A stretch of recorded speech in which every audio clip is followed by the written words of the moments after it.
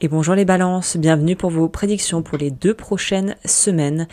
Bienvenue à toutes et à tous. Pour celles qui ne me connaîtraient pas, je suis Agnès et du coup moi j'ai plutôt pris parti depuis ces derniers mois. J'ai eu envie de faire un nouveau format, à savoir un format podcast. Et je sais que j'ai eu beaucoup de retours par rapport à ça. Donc j'entends, je suis pas complètement fermée aux propositions que vous pourriez me faire, mais j'ai envie de rester sur quelque chose qui me ressemble et surtout que j'aime écouter aussi en tant qu'auditrice et que voilà, personne qui aussi écoute et voit des choses sur YouTube. Donc j'ai essayé de couper la part en deux parce que je n'ai pas envie de dénaturer ce que j'avais envie de faire à la base juste pour finalement faire ce que on me dit de faire, mais j'ai envie de faire quelque chose qui en fait me ressemble et qui puisse apporter quelque chose d'un peu nouveau dans le domaine de la guidance sur YouTube.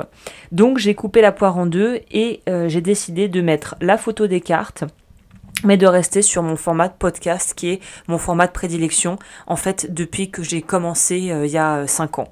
Cela étant dit, petite parenthèse faite, on va partir et on va commencer plutôt sur cette guidance. On va commencer par les énergies générales, ensuite carrière, finance, vie relationnelle sentimentale et on terminera sur ce que je peux vous donner en plus comme conseil pour pouvoir en fait arriver à tirer profit de ces 2 semaines de la façon la plus juste et la plus adéquate possible.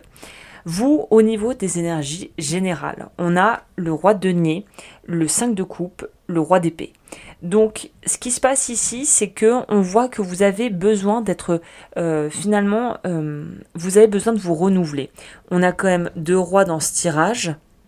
Un qui nous parle de la sphère plutôt intellectuelle et mentale, avec le roi d'épée, et le roi de denier qui nous parle plutôt de l'aspect matériel et très concret de la vie.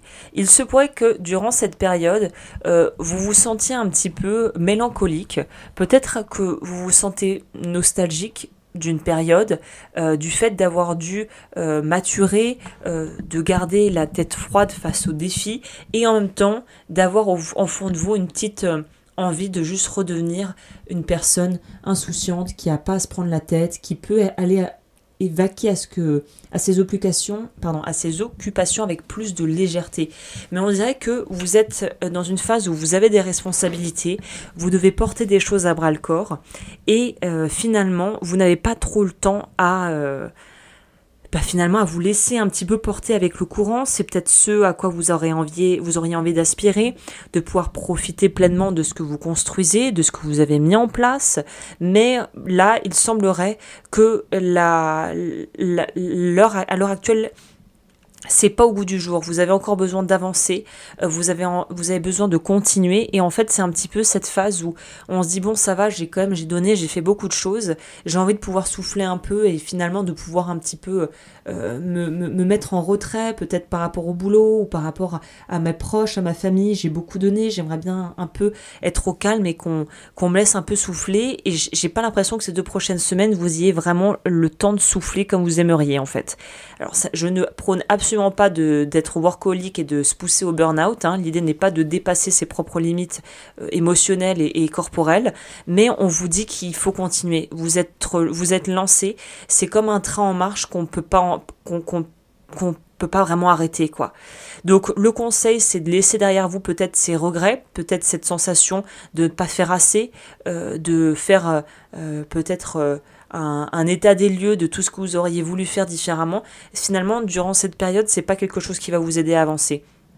Là, avec les rois, on vous dit il faut juste allier la force pratique et utiliser le bon sens et rester très pragmatique pour en fait arriver à garder votre assise, vos appuis, tout en étant capable de libérer émotionnellement des choses qui pèsent peut-être encore.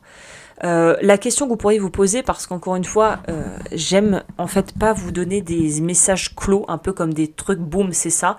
Mais ce que j'aime avec l'idée des questions, c'est que les questions, elles ouvrent des portes, elles ouvrent des possibilités, elles permettent aussi de mettre les choses en perspective et d'adapter ça à votre vie.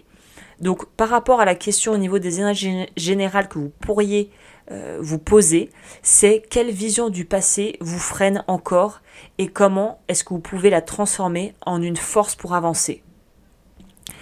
Au niveau de la finance et de la carrière, là on a le 5 de bâton, on a la force, on a le 3 de coupe et on a notre petite... bon, ça, j'y viendrai plus tard. J'ai une carte complémentaire sur le tirage qui est la maison Dieu, mais on y reviendra ensuite.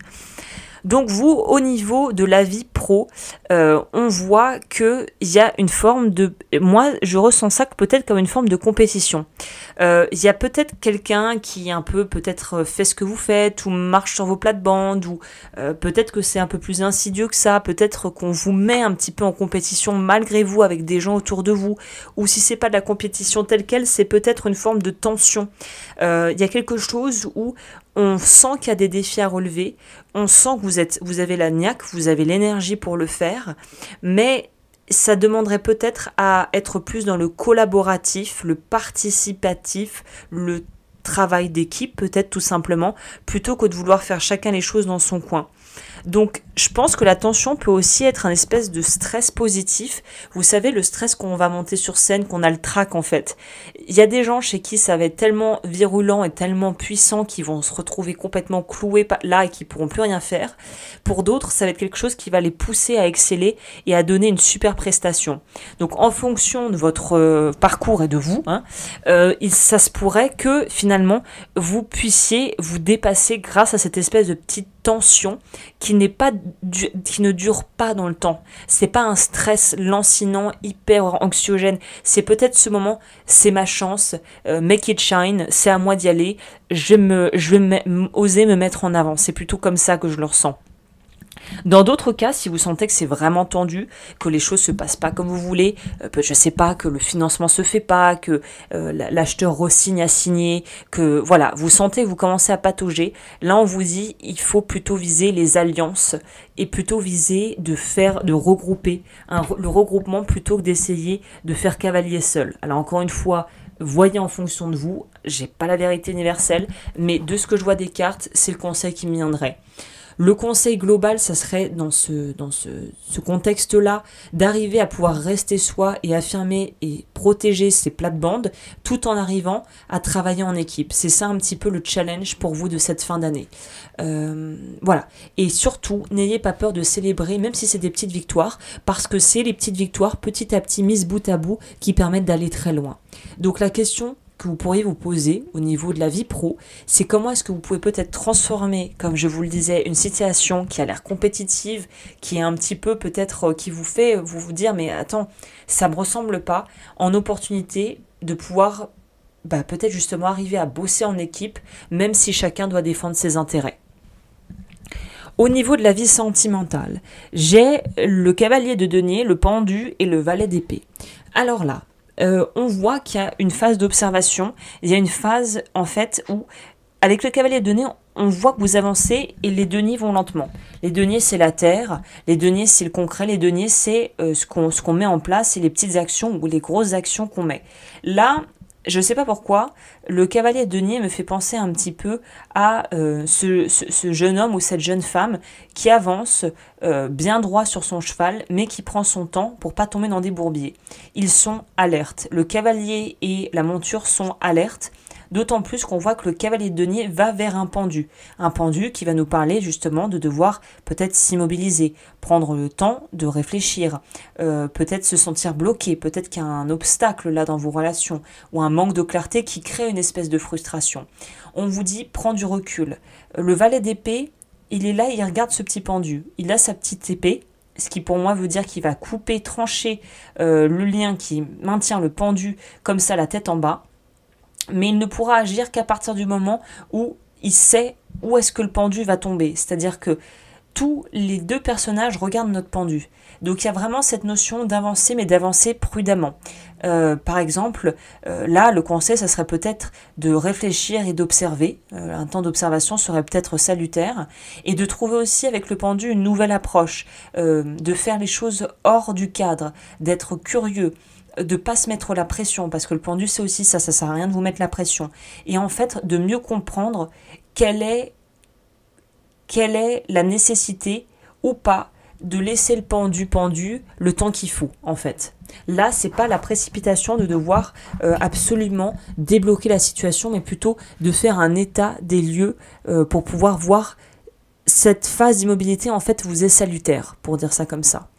La question que vous pourriez vous poser au niveau de votre vie sentimentale, c'est quelles attentes ou croyances est-ce que vous devez un petit peu revisiter pour avoir plus d'harmonie dans vos relations actuelles. Le pendu n'est pas du tout une carte que je vois comme quelque chose de bloquant et de freinant. Bien au contraire, je pense que c'est quelque chose qui va vraiment vous aider à aller de l'avant et à vous sentir finalement beaucoup plus au clair avec ce que vous voulez, et ça tombe bien parce qu'en fin d'année, c'est quelque chose, c'est un peu la phase bilan fin de l'année, donc ça tombe à pic. Mes petites cartes complémentaires dont je n'ai pas parlé, que je vais brièvement aborder, c'est ce 9 de denier, la tour, ou maison Dieu dans le tarot de Marseille, et la carte sans nom qui est la carte de la mort, la grande faucheuse. Donc là, on vous dit en gros qu'il y a un besoin de déstabilisation, de déconstruction pour reconstruire derrière. Donc, à mon avis, vous êtes dans une phase transitoire. Ça va être une phase qui va peut-être être un peu remuante, mais qui va vous apporter une espèce de clarté. C'est un peu cette notion, parfois on a besoin de faire, comme les disent les Américains, un makeover, quoi.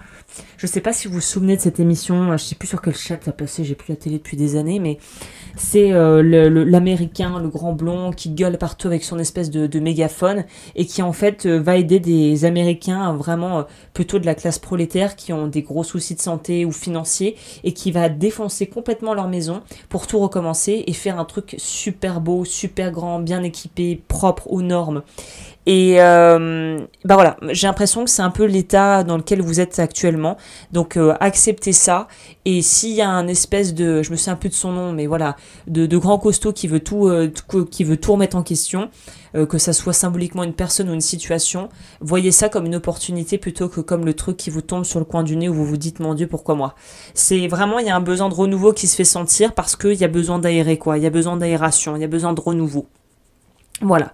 La question que vous pourriez vous poser, c'est quels attachements, quelles attaches vous avez aux croyances et quelles croyances vous devez laisser derrière vous pour créer une vie qui est plus en accord avec ce que vous voulez aujourd'hui.